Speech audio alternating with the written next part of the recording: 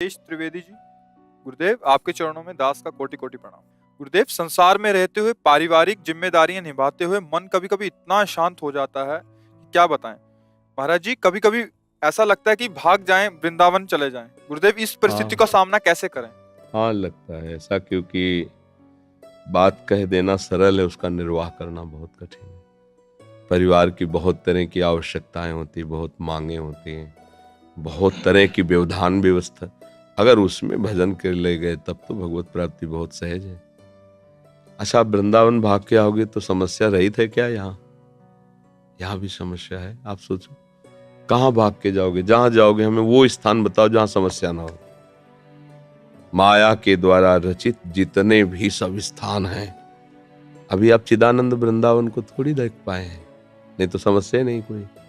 अभी आप जो देख रहे हैं मायाकृत रूप है, मायाकृत रूप है, ये चिदानंद रूप नहीं है। इसी में है, जैसे यही हमारा दो स्वरूप है कि ये रूप देख रहे हो पांच भौतिक मायाकृत, और जो दिखाई नहीं दे रहा वो चिदानंद रूप यही है, पर उसके लिए नेत्र नहीं। तो जब नेत्र आएंगे तो इस दृश्य का महत्व नहीं रह जाएगा। तो भाग कर कहीं भी जाओ तो माया गुणों से भरा हुआ पूरा संसार है। तो भाई समस्या तो ये बात है कि कहीं भी समस्या रहित नहीं।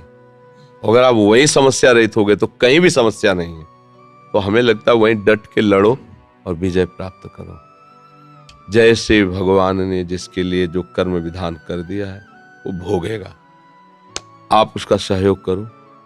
आपके पास अर्थ, शरीर, सेवा जो भी जितना है उतने में करो, फिर निरपेक्ष अंदर से होना सीख लो। भगवान जाने हमें जितना बल दिया, जितना सहयोग दिया हम कर दिए, अब आगे भगवान जाने। पर इतनी हिम्मत होनी चाहिए तभी बात बनेगी। नरसिंह मेहता जी के लड़के के ब्याह की बात आई तो उनका देखो, हमारे पास तो कुछ है नहीं गिरधर के सिवा, प्रभु के सिवा, ठाकुर के सिवा। तो उनका इसीलिए हम ब्याह कर रहे हैं कि आपको ठाकुर जी बहुत प्यार करते हैं। आप ठाकुर जी, वो तो स्वयं पिता होकर के नहीं, ब्याह कौन ये सब नहीं। बाग भाई, हम तो गरीब हैं, देख रहे हो आप हमारे क्या मंजीरा और ठाकुर जी हो। तुम तो बहुत बड़े घर के हो, तो अपनी बेटी का कहीं बड़े घर। बोले आपसे बड़ा कोई नहीं है, जो ठाकुर जी का जन्म वही हमारे लिए बड़ा। वो पीछे पड़ करके ब्याह तय कर दिए। उनका हम ब्याह वगैरह में नहीं जाएंगे, हम अपने ठाकुर जी की सेवा नहीं छोड़ सकते। तो ठाकुर जी पे प्रकट होके कहा करेंगे हम सब, केवल तुम साफा बांध के समधी बन करके छाती से छाती में हुए, ये भी नहीं होगा हमसे। सारा का सारा ब्याह ठाकुर जी ने। जब हम भार अपने ऊपर ले लेते हैं ना तो ठाकुर जी निश्चिंत हो जाते हैं। अगर ठाकुर जी के ऊपर भार दे दो तो वो सब देख लेंगे। ज्यादा चिंता भी मत करो, तुम्हारे चिंता करने से कुछ होगा नहीं, चिंतन करने से होगा। राधा नाम के धनी बनो, खूब नाम जप करो। जो प्रभु कर रहे हैं उसे देखते रहो, जो करवा रहे हैं उसे देखते रहो। ये माया प्रपंच है, इसको इसी तरह से जीत सकते हो। दशरथ जी तड़प के प्राण त्याग रहे। सुबह राज्याभिषेक था राम जी का और 14 वर्ष का वनवास। उनकी कामना ये थोड़ी थी कि राम जी वनवास जाए। राम जैसा पुत्र राजगद्दी पर बैठे और ये जब मैं देखूं तुम कृतकृत्य हो जाऊंगा। प्रसन्न थे। पूरी अयोध्या में धूम मची हुई थी, कल राम राजा बनेंगे। और कल की जो सुबह आई वो ऐसी घोर प्रातःकालीन बेला हुई कि सबके प्राण निकल रहे थे कि भगवान श्री राम 14 वर्ष के लिए विशेष उदासी भेष में, जो आज पालकी पे 4 कदम चलते हैं, राजकुमार हैं दशरथ जी, चक्रवर्ती सम्राट, वो नंगे पैर वनवास। सोचो, जिनकी मां है कौशल्या जी, उनका सुहाग उतर रहा है, वैधव्य को प्राप्त हो रहे हैं। भाई यहां सृष्टि का क्रम ही ऐसा है।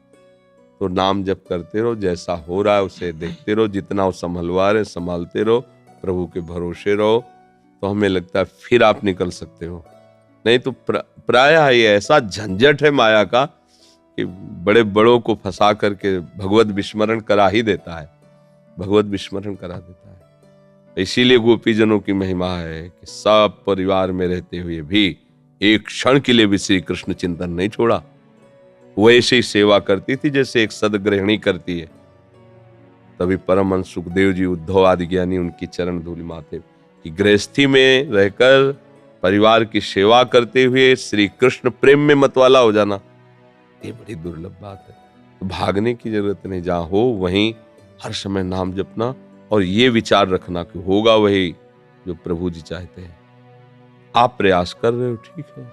अगर वो भूखा रखना चाहते हैं तो आप राजी रहो, जोई जोई प्यारो करे सोई में। आज प्रभु भूखे रखें, बड़ा मंगल है। आप चाहते हैं कि ऐसा हो जाए, ऐसा नहीं हो रहा, तो हाँ, जैसा आप चाहते हो वैसा हो जाए प्रभु। ये बात तो अंदर रखनी पड़ेगी, तभी भक्त होगे, तभी आप माया पर विजय प्राप्त। ऐसा होना ही चाहिए। किसी का नहीं चला इस सृष्टि में, किसी का नहीं चला। सबकी कामनाएं पूर्ण नहीं हुई है।